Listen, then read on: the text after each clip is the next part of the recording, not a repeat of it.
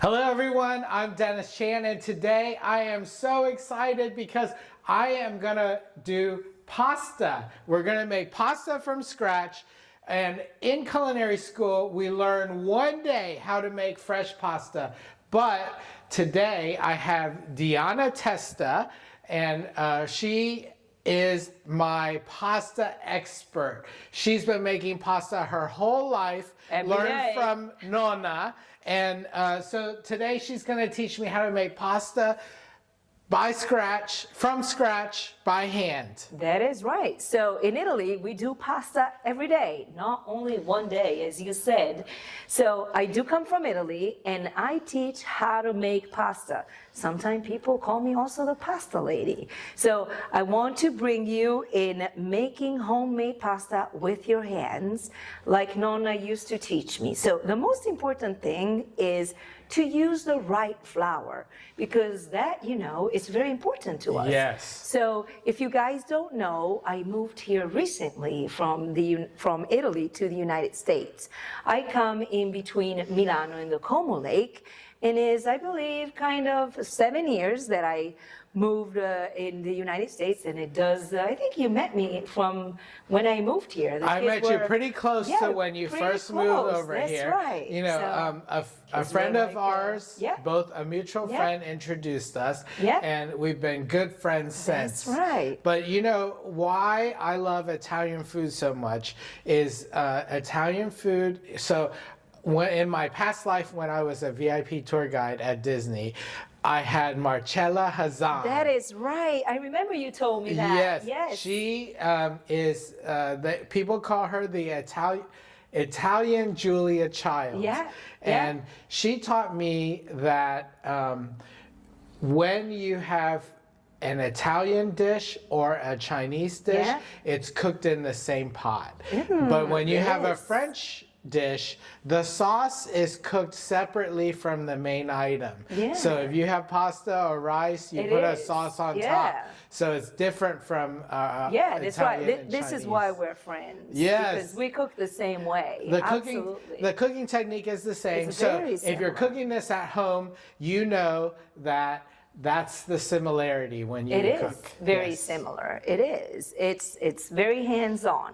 So important when you make pasta is keep it simple, because simplicity is very important. So choose well your ingredients. So we're not going to use all-purpose flour just to start from, because everybody, I think, does this mistake. So what I would like you to do is choose flour 00. So I want you to choose 2 cups of flour 00, and then I would like you to buy organic eggs, because this is very important. Just out of little curiosity, because I'm Italian, of course. In Italy, we don't have brown eggs, white eggs, sorry. We do have brown eggs, and we don't have sizes of eggs. We just have eggs. Eggs. And our eggs are found outside the fridge. This is why I laid them out a little bit earlier, because they don't have to be like too cold, because they can affect the pasta dough as well. So as you see, it's just the flour and the eggs. Some people though, and I have learned this through my culinary trips in Tuscany, they put a little splash of fizzy water. So you can find around Italy, around the 21 regions that we have, that homemade pasta is slightly done differently around. What does the fizzy water do? It does do something to the gluten. It just activates a little bit, but I will stick to my So recipe. It releases? It releases it a little bit, And I do that also when I do my fried sage. I do a batter with some fizzy water or with some beer. Gotta try that one. It's really nice. I bet the flavor is really good. A little bit, but I will stick to my Nonna's recipe, and I leave that one to Tuscany. So. Well, when you talk about gluten, that's what's developed and that's what holds pasta shape together. And it's hard indeed when I teach gluten-free pasta, because we don't have the gluten indeed, and we gotta add a little bit of water to that to keep it together, but a tiny little bit of water. And over there, eventually one day I'll teach you how to do gluten-free flour and pasta as well, because the technique is slightly different. All right, so let's get started with this. You said that 0 flour is what you need to use. What is 0 flour? Oh, 0 flour is so important. So 0 flour is the finest flour of all. Just to tell you, we have so many flour. We have nothing like all-purpose flour. It's just like if I was giving you one t-shirt and I would say, you know what, Dennis, you gotta wear this t-shirt all the weather around, like summer, winter, and fall. So we have flour 0, flour 00, flour 1, and flour 2. So this is the finest of flour. Would you like to touch Yes, it and feel absolutely. it? You see how fine it is? It's like, look. It like blows. It's like so fine. So this is the flour that stretches the most. So not only I use it to make pasta, but I will also use it to make gnocchi. But if I wanted to do a focaccia, by the way, I did this morning, I'm going to use flour 1 because it's the strongest. And the strongest will be also semolina. So semolina, you used to do orecchiette that you do with the knife. So the flour changes as the number grows. Isn't it interesting? Yes. So we go crazy about the flours in it. Well, this flour is so fine that it feels like after you make a dough with it, it's going to be totally just soft and just like you want to keep massaging it. This is why it's addicting. It's so addicting. It's like, yeah, and when you wear black, it goes all around you. I know, it's incredible. But important is the flour, and it's important also the technique that I'm going to show you as well is how you knead it. Because you can get also the right flour, but if the technique that you're using to knead it is wrong, that is also important. And the quantity, of course. So I'm going to tell them the quantities now. So this is the big secret of how to make pasta. If you get the right flour, but you get the wrong quantities, it's not going to work. It's going to stick on your board.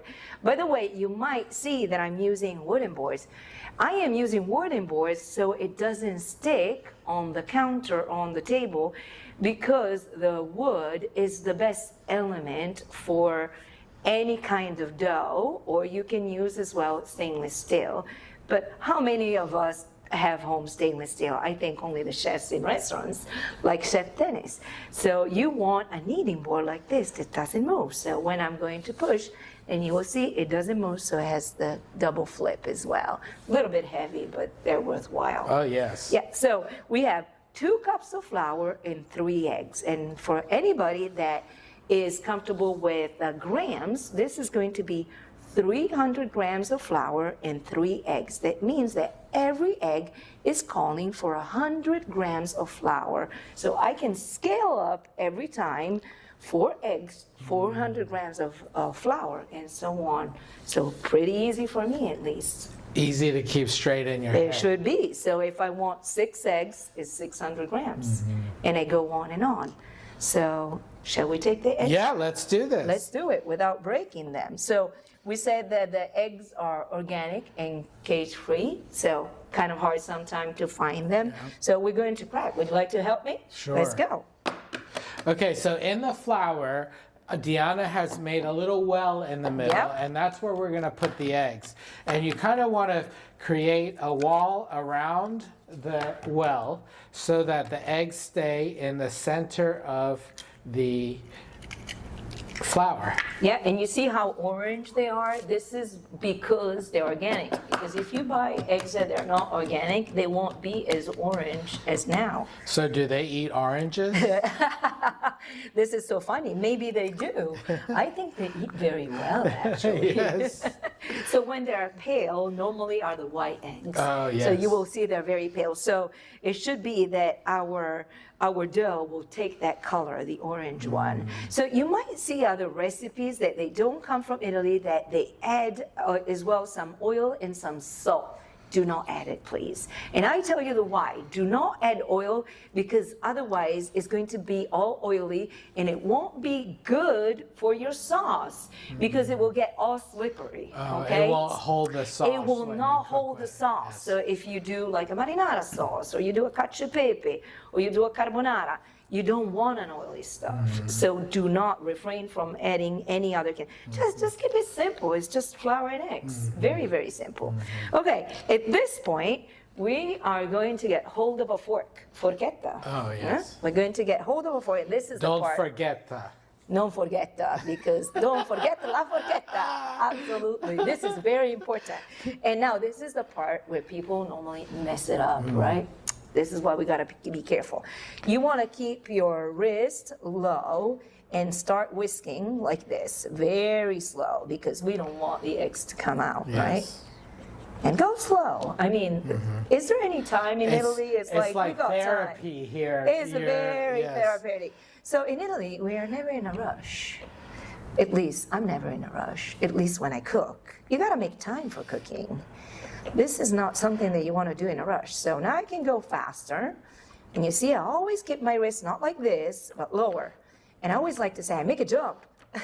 So it's almost like scrambling the egg, but you're is. keeping it in the flour. Yes. And the flour is slowly incorporating into the egg Yep, as you're correct. scrambling it. Yes. So you do that beautifully, like you've done it before. It looks like. Yes. They say so. Yeah, I started making pasta at a very young age. It's like if you live in Italy, you always have a nonna living with you, and they always allow to make some kind of mess in the kitchen. You know, if you have a kitchen, you want to make it dirty, right? You want to use it. And at my ages, you know, we didn't have microwaves, so you had to cook everything. So at this point, and you're not aiming for something without lumps. It's not like when you do bechamel or roux that you want something without lumps. So you are going to go from the outside to the inside and keep Slowly scrambling. scrape it in, Yeah, yes. that's right. So it's okay if there are lumps inside, as you can see. So we're not aiming to have something that don't have lumps. So you keep going. So this is a great activity for children as well. It is. They learn Yeah. how to keep all the liquid on the That's inside. right. Yeah. And just for your knowledge as well, I could have also added spinaches or beet or tomato, and all my pasta would have turned green, pink, red. Or I do like also when I put squid ink that it turns black. Kind of Yeah, that's so Halloween. elegant. Yes, it is. Just a small amount, you know, of squid ink, and everything turns black. How about food coloring? As well, but you know how I am. You know, he knew It's it that not he was natural. going to It's make not me natural. upset, right? He knew it. He knows me. Absolutely. So you add more flour, but then in a bit we are going in with a bench scraper because Okay. at a certain point you can't really force the fork too much. Once I allow my kids to put the taco powder. Just Oh, because yes? yeah, I did. And you it's know. is it And it turned like spicy? Yeah, it was spicy. Yes, it can. So you see it got kind of getting denser Yes. now? It's like a paste. It now. is like a paste. Yes. You see how orange it gets? It's like, so now I'm not doing any more like this, but I'm doing like this. Okay. See how orange it is? It's because of the eggs. So once it becomes a paste, you can start incorporating Yep, more flour. but I'm not in. going in with my hands yet Yeah. because I don't want my clean hands Monster to hands. yeah, Yes, not monster yet. hands. And this is where most of people kind of start to get uncomfortable to get their hands in the dough. And guys, my suggestion is like, don't worry, you can wash your hands afterwards, okay? So get comfortable with having your hands dirty. But let's see what we're going before that. So you all might have at home something like this, and if you don't worry, you can use a knife as well, you know, one big butter knife. So you're going to incorporate everything like this. So you're going to assemble everything that you have on the board or on your counter together. So you don't have to do it with your hands. See, I'm kind of scraping, assembling, folding. Yeah, so I don't have to do it with my hands. Have you ever seen those grandmas? They do like the 10 eggs all together. Yes. I'm like, how can they do that? I mean, these are only 3 eggs, and I have no idea how they do that. They must be very strong. And my hands are so small. Years of practice. That's also true. Yes. I mean, they had eventually 10 kids at those times. They I had know. to feed 10 kids. Yeah, that's, So they that's- needed the they 10 eggs. needed to know. Yes. Yeah, because sometimes I'm like, so you see that it's like more solid now? See Yes. how orange it is? It's kind of like a raggedy It pasta, is. raggedy It dough. is. Yeah. Yep. Sometimes people at this point tell me, Is pizza like this? It's like pizza is totally different. Pizza does not have egg. You add water, you have yeast, you have sugar that you needed to activate the yeast as well. So completely different. So pasta, you don't need to leave it there to grow, to rise, to proof. It's ready right away. So it's completely a different recipe. Eventually, I will teach you another time how to do pizza. I can't so it's wait. Yeah, me too. I'm getting hungry already. Yep. So, but let's do the pasta right now. So important is my posture with the kneading board. So I have to lean on the top, like the shoulders are important, and how I hold my hand. When you knead the pasta, you're going to knead it with the palm, not with your fingertips. So I'm not doing like this. And sometimes because we don't want to get dirty, this is how we tend to do it. Yes. And we're not doing compressions as well, like this. So we got to do this movement. It's like if we're going to do a wave, and we're going to lean on top of it and get some flour out because we need to add some. So is getting it together and start mixing it together. And this is where we get dirty. And by the way, this process lasts a little bit, between 2 to 5 minutes. Depends how much experience you have. So eventually with me lasts a little bit less. So you see the movement that I do. I press with my shoulder coming up, and then I retrieve it. I press, and then I go again. I press, and I go again. I press, and I go again. Until I form a ball that is a ball that is on the surface smooth and it bounces. So I gotta keep going. And if your hand is too small, you're going to divide this in two. But keep going. And you know, the good way to go is keep talking, you know? Keep talking. Then you don't realize how You much don't time realize. has passed. That's right. And you Yes. know, I always say to people when I do cooking classes in groups, invite more people to the house so you'll do more pasta. So when people do this at home and Yep. they don't want to use their hands, can they use a mixer? That is right. They can. to- They can use a mixer, but it's very important that they know they have to use the hook. Yes. Yeah, so if you don't want to use the nonna style, you can use a mixer that has the hook. Do not use the blender with the blades because you have to use the hook until this goes around your hook. Okay. So it is ready when if it locks, yes, sticks. correct, around the hook. This is really important. And of course, it's a little bit faster than what I am doing. Absolutely. But with this way, you know, you can feel when the Exact- pasta I is find ready. it relaxing. Yes. It's like, it's kind of a daily gym. Let's put it like this. It's like, and it's almost ready. Have you seen this kind of already got the shape? Yes. Yeah, and it's like, it doesn't take that long. And then this part, you just start to scrape it away. It's very fast. Normally people love it. I haven't. So heard you people don't that- use that part No, at that all? is called, I call it the bad flour. Okay. So if you need like good flour, you're going to sprinkle it on top of Okay. this, and you keep working it, you see? You keep working it until it gets smooth and bouncy.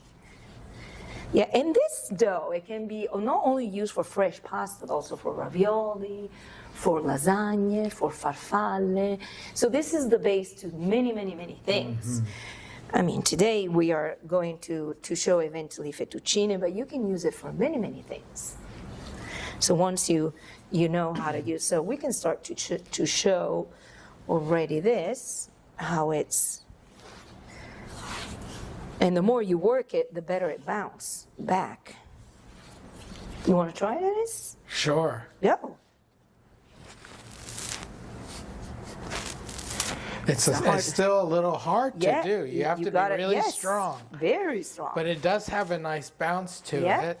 the more you work it, the better it is. Yeah. Absolutely. Yeah, and if you find, especially for the younger, if you find it too big, you're going to divide it in two because for the kids, this will be too big. So you're going to get your bench scraper and divide it in two because kids have smaller hands, but even I have small hands. So I could, divide it in two as well. And if you find that it sticks to the board, you're going to add more flour as well. Yeah, see how orange it is? So this is great at home if you have Yeah, kids. You make them make their dinner. Make their dinner. You say, you know, we're not going to eat. And it cooks very fast. So fresh pasta cooks in only 1.5 minutes or two. Oh, wow. It's incredible. It's like, and I don't know if you guys know, but the Italian cuisine doesn't use many ingredients. We are very, very simple. Also, when we do a pesto, it's just like 3 ingredients. It's basil, Parmigiano Reggiano, pecorino, and pine nuts. It's not that complicated. Maybe we'll make some. Oh, why not? We could. Absolutely. Look how much basil we have here in front. It's very, very easy. Absolutely. I think Italian food is a lot of labor at the end and patient, but it's not many, many ingredients. I think it's choosing the ingredients that is kind of. I think that's why Italians appreciate good food so much. That's also true. Because they know how much Yep. work goes into And it. that was one thing also for me, hard when I moved here, is finding the right ingredients, selecting the ingredients. Because So it's all how do about- you find the right ingredients? That's right. I've moved around many, many shops until I found, but most of them I buy online directly from Italy because I can't risk to get the wrong ingredient because it won't turn out good.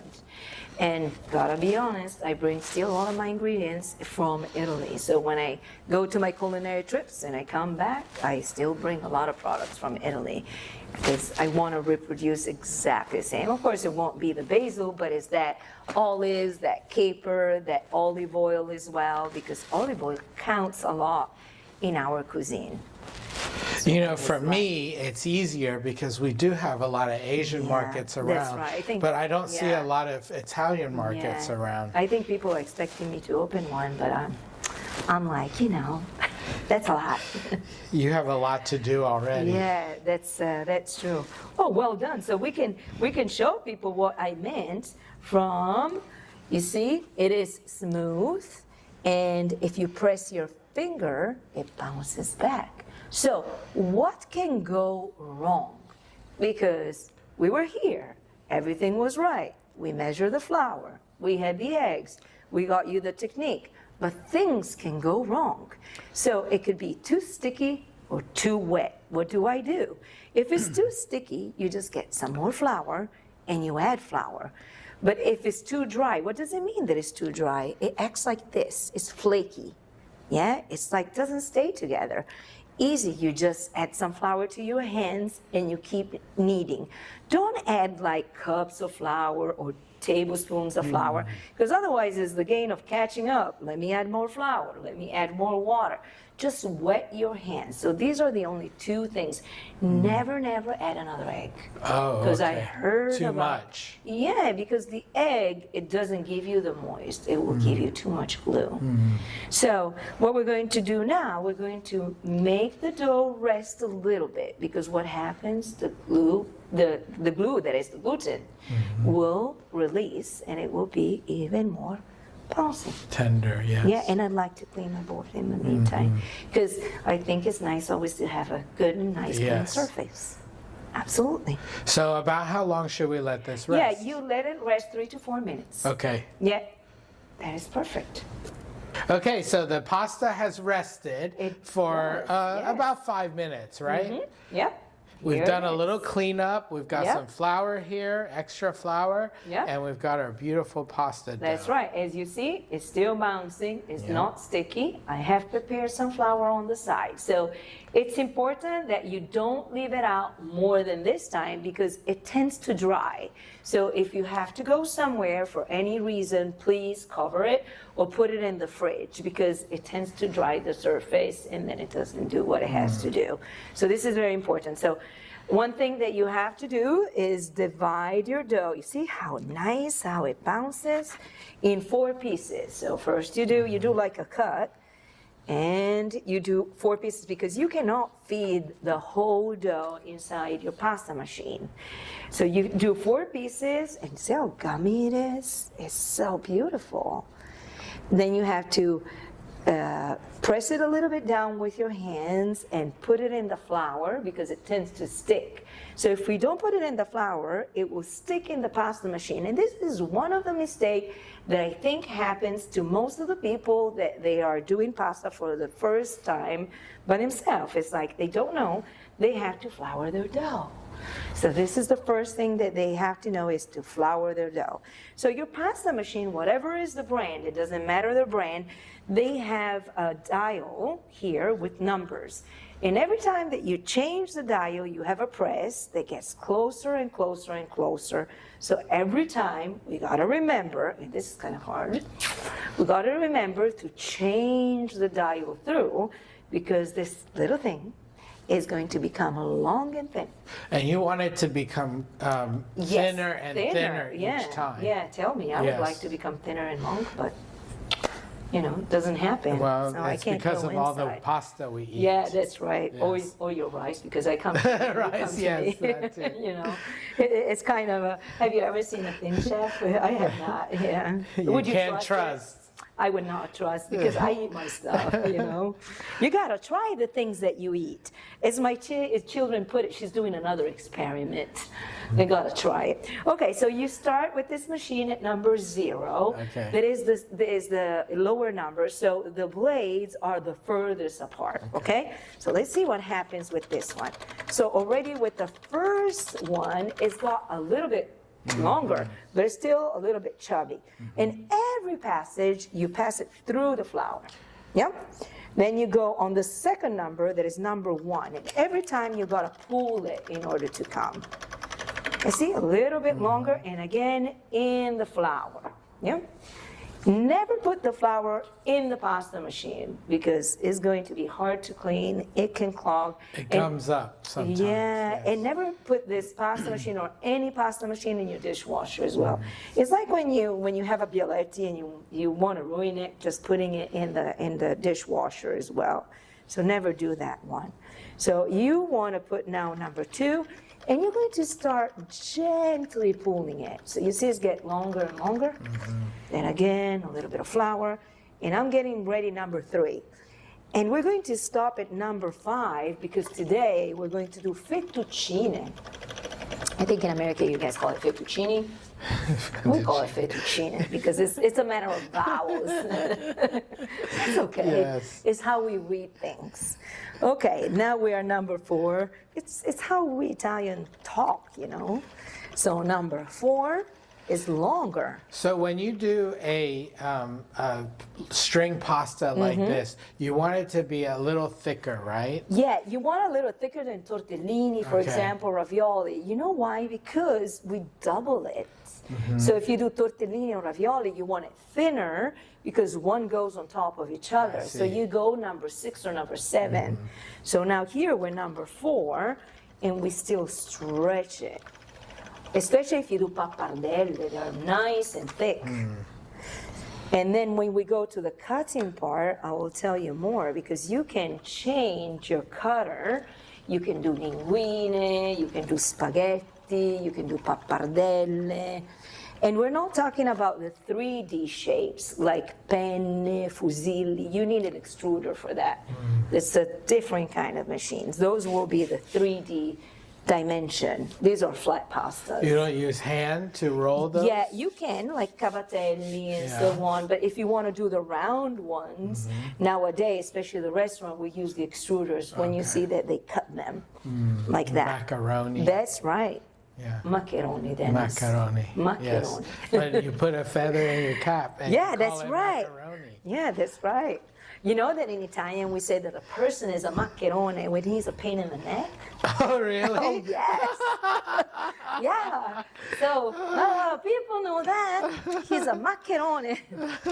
I know. So now you see this pasta. Look how it stretches. It is, yes. It's like, this is what I was telling you about the flours. Yours, it's So like we can that almost. comes when the gluten is developed when you're Correct. kneading it. Yeah. So it's very forgiving, we can Oh, also yes. say. So when I do ravioli that we use like a board, say, oh, don't worry, it's not big enough, don't worry, you can stretch it. You see, it's like a blanket. You know, you sleep at night, your toes are out. So now is the moment to move the handle on the cutting part. Okay. So this one will be fettuccine or fettuccine, and this is angel hair, yeah, capelli d'angelo. So according to what sauce, because this is important for an Italian, you don't use a wrong sauce with the wrong shape. Don't know if you guys know it, but never use a bolognese sauce with angel hair. It's too thick for angel hair. So angel hair is more for a soup. For a white cream. There's kind of a long, it's kind of a, so you will use this one more for very, very thin because they're so delicate. There's always like a marriage in between sauce and shapes. Yeah, you know it when you live there. So what kind of sauce for fettuccine? For fettuccine, you can do bolognese. Okay. You said it right, Dennis. I've been practicing. I can see that. Yeah, fettuccine, you can do amatriciana, Okay. puttanesca, you can do bolognese, most of them, because they're very rich sauce. But I won't do a broth. Can you imagine a broth with fettuccine? They're too thick. They're too thick, definitely. Okay, you ready for this? So we are going to put it in the cutting part. And you gotta pick them up with your other hand. And this could be also two people's job, huh? Two people, one person gets it and the other one grabs it.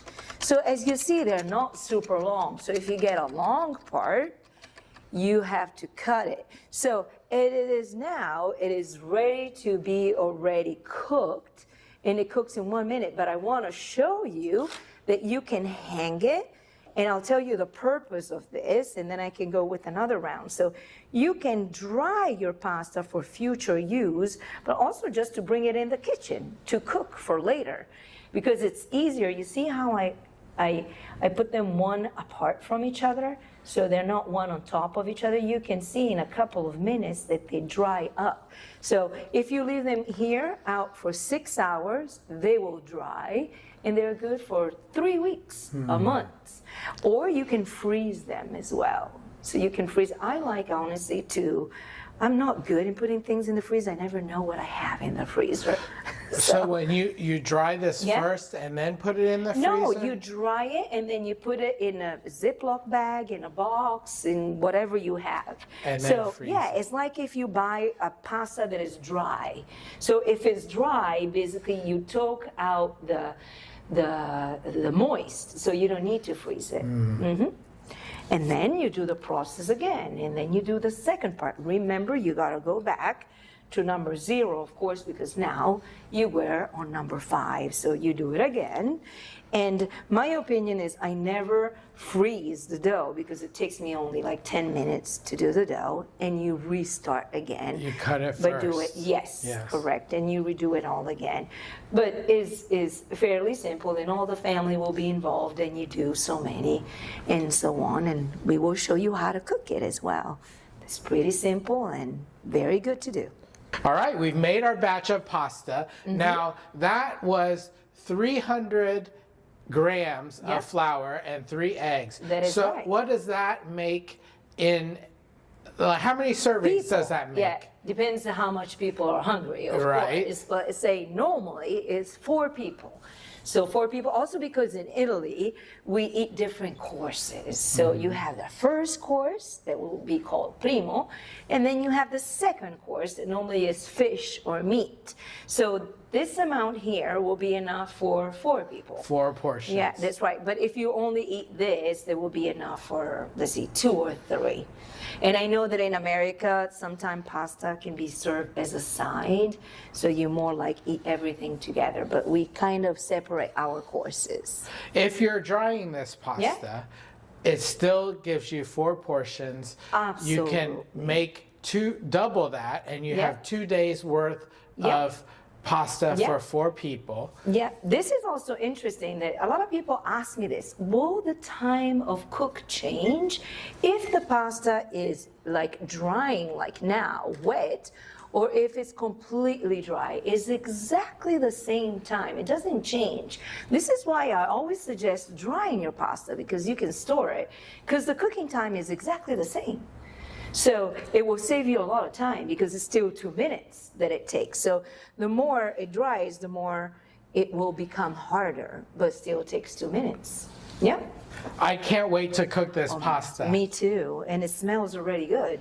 And I can show you, I will eat one piece. So it tastes just like flour and eggs. I like it. It's really good. It's just like eggs and flour. This is what we did. Now that our pasta is ready to cook, what sauce do you suggest? What's your family's favorite sauce to have with this pasta? The boys really like pesto. They love pesto. They also like lasagna pesto. But I want you to tell you one thing that is kind of curious. So in Italy, we have two kinds of pesto. We have a red pesto that is called pesto alla trapanese that comes from Sicily. And then we have pesto alla ligure that is the one more known, the green pesto, let's call it. So the one that I would like to teach you eventually is the green pesto, this pesto alla ligure that is done with a basil, pine nuts, pecorino romano e parmigiano reggiano. It differs from pesto alla trapanese because you don't put the pine nuts, but you put the almonds, and you don't put the pine nuts, but the almonds. So you can see how stronger it is. So in general, the sauces from the south are stronger. Think of Calabria. They have the peperoncino, right? A little bit strong. They have the puttanesca, so they have the olives. They have the anchovies, so they have a lot of more character that we have from the north. So yes, I think I would go with definitely the pesto alla ligure. Let's make it. Let's go.